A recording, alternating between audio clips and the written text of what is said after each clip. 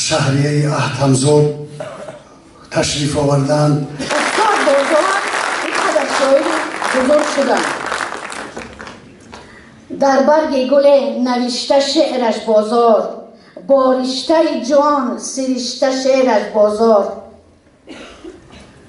بارشته جان سرشته شعرش بازار، تا این که رسد زی امریکا بینویسد در بال یک فرشته شعرش بازار. واقعا شعرهای استاد بازاری ما همش در بال فرشته نوشته بودن. در شبنم سپید دمان شست و شو کنم، من با نگاه تو را جستجو کنم.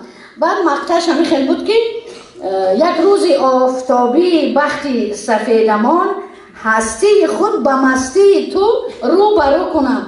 شیرین به دهن شعری تری بازار است، شیرین ترشک چو میوه گلخوار است.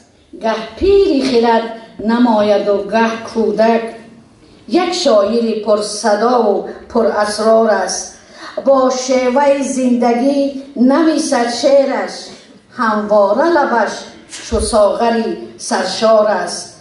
دل رازی درون همه دهد پالایش، آینه قدنمای بیزنگار است.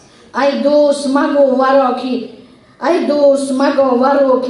ورا که دردش نبود، در سینه او مرغ علم بیدار است.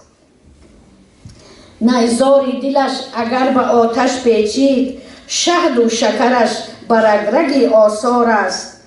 هر چند قلم تا دری دارش برده، تا لحظه واپسین قلم بردار است.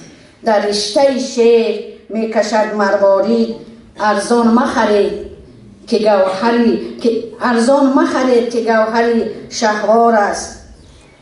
گر خانه زیبام و فرش و روزن باشد، دیوار و در و بام سخن بازار است. همین بازار استاد بازار، خداوند جاشون جنت کند، خداوند یادشان برای ما گرامی باد. در فیض آباد اگر یگان کس دیگه شعر ننویسد، یگان کس شاعر نشود، من میخوام شاعر باشد از فیض آباد، لیکن استاد برای 7 کوچه شما بس است. سلام.